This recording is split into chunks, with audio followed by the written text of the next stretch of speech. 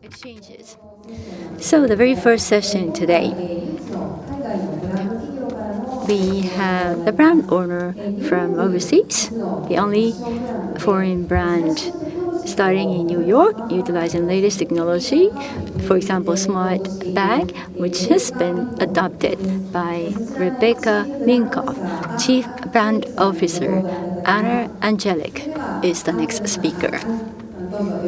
So Anne?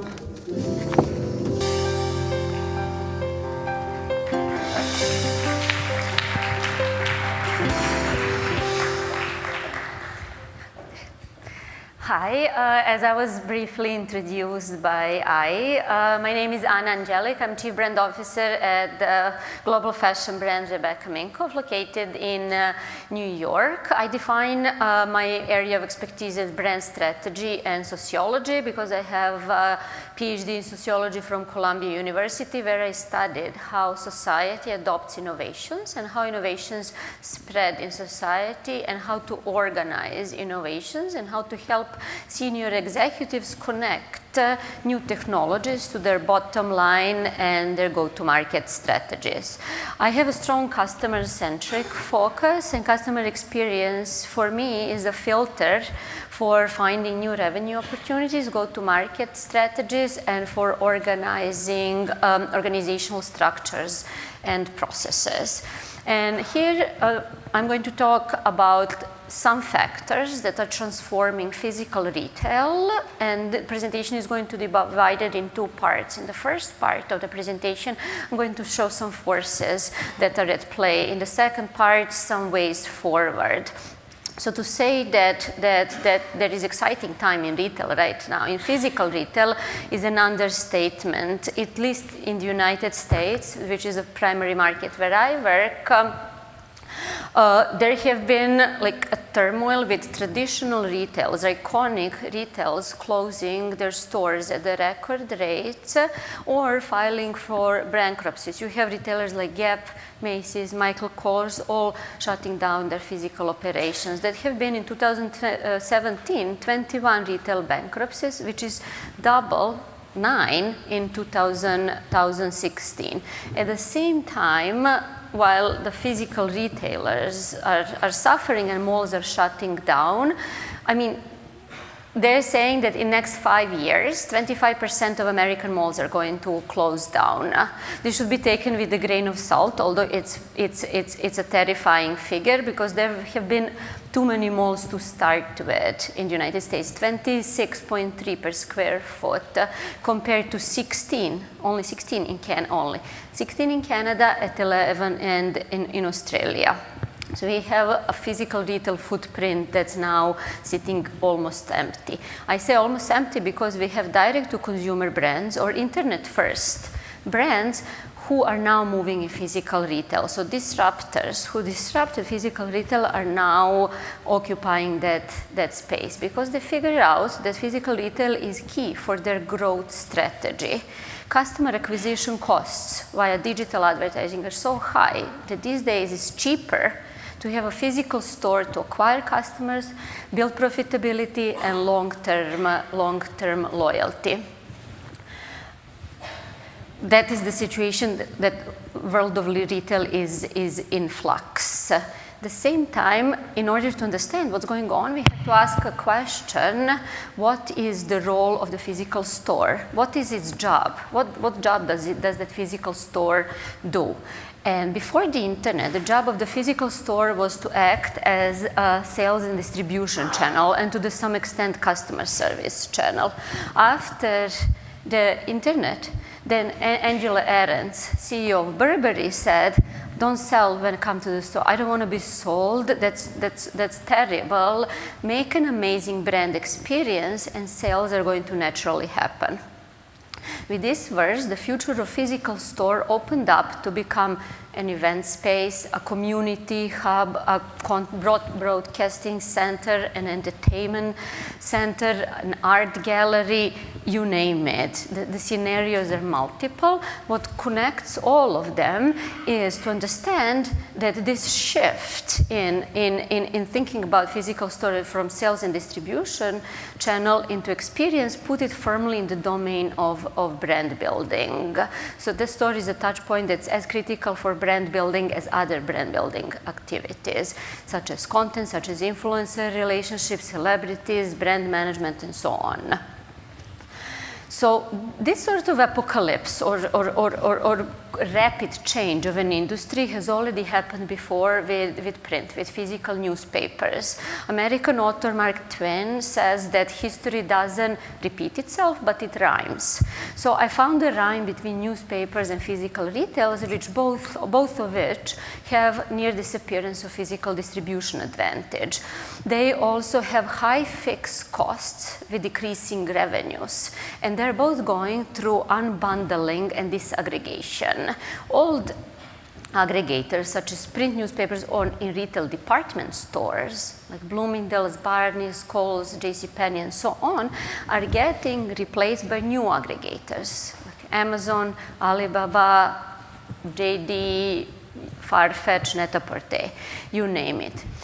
Having more, however, having new aggregators, having more ways to buy something means not only buying more things, it means buying different things. When we change how things get bought, we change what gets bought. And I'll give you an example.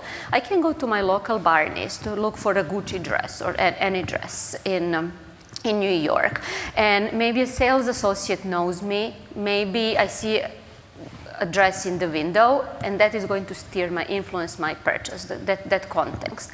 I may then go online to look for that same dress, but I see that some other dress may be on online sale, or I may see that there is some editorial around it, or I may see that I can get it in a same-day delivery. All those factors are going to influence my purchase. So having more touch points to buy something does not mean buying the same things. It means buying different things. More ways to buy something means buying different things. And in that context, we can also look at not so far future when we can say that, hey, Amazon Alexa, order a dress for me that Olivia Palermo wore last Wednesday at the New York Fashion Week, and I can get that delivered. So now we're having this complex decision-making landscape where each touchpoint, physical store is equally important as voice interface. And this is relevant because Amazon is now the top US retailer according to McKinsey & Company. In the past 5 years, it managed to wipe out $75 billion of the market value of top 5 retailers, JCPenney, Macy's, Bloomingdale's, Kohl's. It went from $70.5 billion in market value to $355 billion. So now we're dealing in the new aggregator space where that are commoditizing the way we are buying things. We can go on Amazon, I can find everything from a toilet paper to a pair of shoes to I don't know, a tent or whatever I feel like. To battle off this commodification brought on by aggregators is to put customer in your center, build customer proximity. And those who are ahead of their time in terms of building customer proximity is vertically integrated companies, internet-first vertically integrated companies like Casper, like Bonobos, like Goop, like even Net-a-Porter as an aggregator that put customer in their center. So building personal relationship, one-on-one human connection is something that's going to fight off commodification and create longer-term customer loyalty, lower the costs of customer acquisition. At the same time, the landscape is changing. Shopping for clothes is losing its clout, at least in the United States. And we are seeing spending on experiences increasing from shopping for clothes for a generation ago. In the late 70s, shopping for clothes accounted for 6.3% of household spending. Now it's less than half that. Spending on experiences is 18%. Spending on technology is 3.4% and growing. So personal currency today doesn't rely on the clothes we wear. only. It relies on the gym we go to, the wellness regimen we have, travel destinations we go to, supplements we take, social causes that we support. All this experiential landscape influences how we are going to design the store and what kind of experience are we going to offer in the store. At the same time, the visual retail is becoming the next big thing, or has been becoming for the past 10 years, when we see that like the things are going to be discovered exclusively online. A lot of products and situations like from hotel lobbies to cosmetics to product packaging to products themselves to like interiors and gyms and hotel lobbies are all being designed for Instagram, because that's where they're going to be viewed and consumed. So Instagrammability of something, does something perform well on Instagram or not, has become a legitimate design and business decision. Millennial pink or avocado green or big fake fur coats or red or big statement earrings perform well on Instagram, and that's why they're designed and made more. So in that context, it becomes like, how do we design for visual retail, knowing that Generation Z and millennials are looking for almost theme park-like store settings. What we are looking here is a large discrepancy, a gap in competitive fitness between direct-to-consumer retailers and traditional retailers. And that boils down how they use technology. Technology can be used as advertising tool or to build new business models. Incumbents, traditional companies, too often use technology as an advertising tool. As an advertising tool, technology gives us more efficient media buying and planning, like programmatic, for example.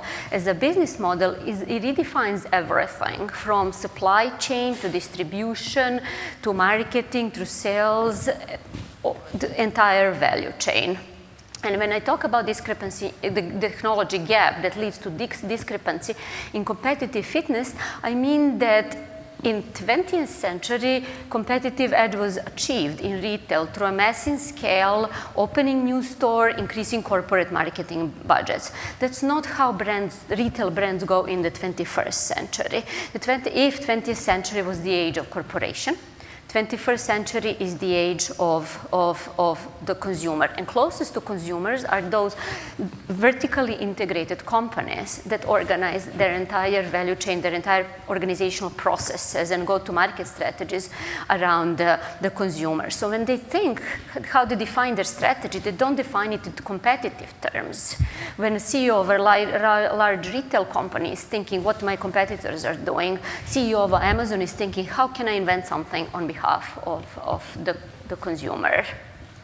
So in this complex retail landscape where voice interface is equally important as a physical store, what is our starting point? Who can we learn from, and what can we look at? And when we look at those small brands, again, like Casper, Bonobos, Glossier, or Goop, those are our canary in the coal mine when it comes to customer proximity. What they lack in scale, they compensate in building those one-on-one connections with their consumers. Tyler Brule, founder of Monaco, says, I don't want big numbers, I want highly dedicated readers, viewers, listeners. And by having that approach, scaling is doing things that don't scale. Attract first 100 people, and then they're going to attract others. Don't look at the massive numbers straight ahead. Those companies have managed to innovate and redefine their respective industries. So Net-a-Porter is now synonym for convenience. Farfetch is synonym for seamlessness. Stitch Fix is a synonym for progressive personalization. In this world, companies can learn as much from Uber as they can from Chanel. And I identified 5 lessons for this session. The first one is that retailers cannot afford anymore to be in the business of selling clothes only. They need to start selling full-fledged lifestyles. And together with the lifestyles, they also sell the values, the beliefs, the motivations that underpin those lifestyles. For example, Goop is a brand that puts wellness at the center. And belief is that self-care is important in lives of modern Western women.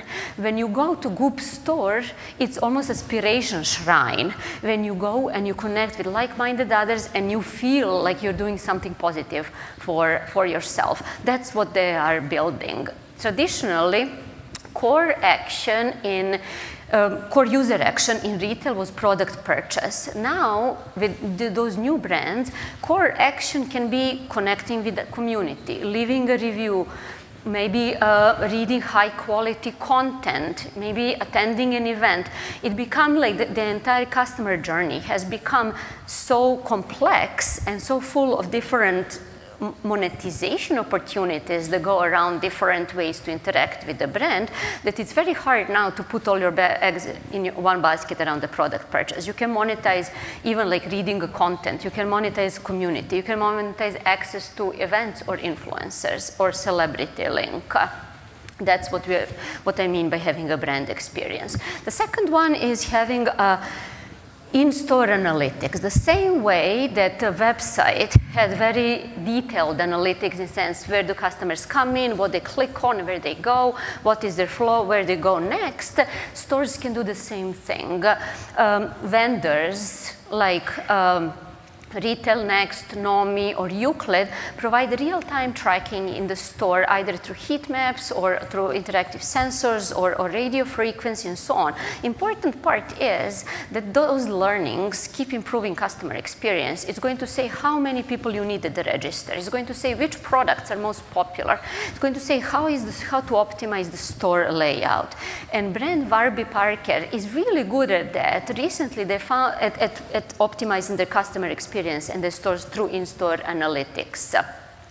Recently, at the Brookfield place, they had a pop-up store, a kiosk, and they discovered that the customers are very comfortable trying on sunglasses in the public setting, but they were staying clear from trying prescription glasses. And only like that can be an observation that is given by a sales associate, but only the volume of those transactions is going to give you actually the right amount of data necessary to figure out, should I keep this store, should I close it, should I optimize its layout, should I change its design? The third thing is how to create a community that these days brands are not built by brand managers, by editors, by celebrity spokespeople. Yes, they are, but most importantly, they're built by fans. And in order to have a successful brand, you have to build upon what's already out there on WeChat, on WhatsApp, on Facebook, on social networks, and piggyback on what those people are already doing and talking about. There is a cycling brand, high-end cycling brand, very expensive cycling clothes called Rafa in the United States. They're also global, but mostly in the US and Europe. And they have more than 100 local what they call chapters, which is local cycling clubs. They sell clothes, high-end clothes, together with having community events when allowing community members who are very passionate about cycling to connect with each other, to race each other, and to go on like to explore different routes. This community is the basis of Rafa's distribution model for their products.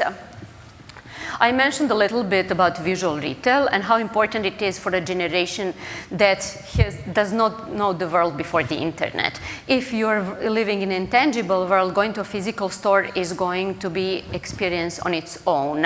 And that's exactly how younger millennials and Gen Z shop. They go into physical stores, they want to touch, interact, but they also want not only immersive theme park-like experiences, but they also want something that's heavily Instagrammable, because by creating a social experience about product consumption, you bake in virality and referrals in the product experience. 70% of Glossier, which is a cosmetics brand, a beauty brand in the United States and Europe, 70% of their purchases come through peer referrals, because they create Instagrammable packaging, because their store is heavily Instagrammable. Glossier does not want you to go to their Soho store and buy something. They want you to go there, Instagram it, so your friends can buy something. That's why the entire store has a canyon, it has a wide red, it performs really well on Instagram. That is how products are discovered these days.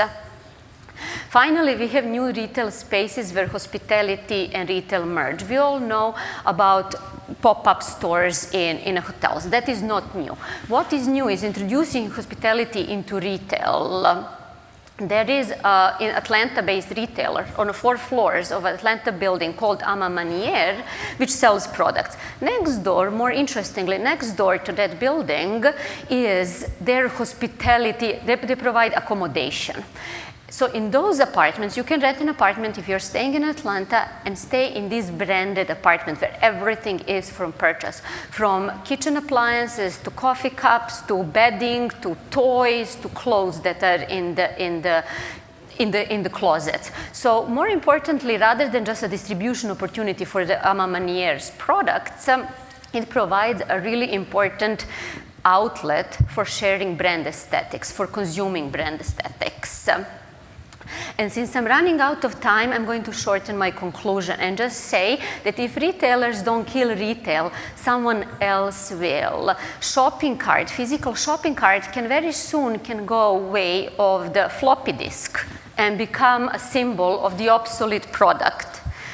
But for physical store, the fun has just begun, in a sense that mediocre and uninspired retail is going away. What is not going away are those retailers who are thinking about their stores in terms of the role they have, those stores have in culture, their consumers' lives, their consumers' tastes and motivation and design around that.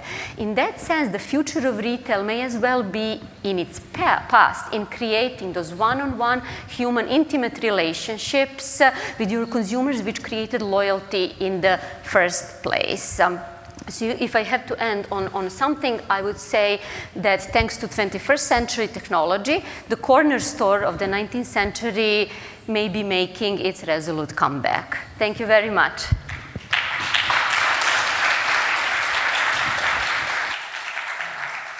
So thank you, Anna.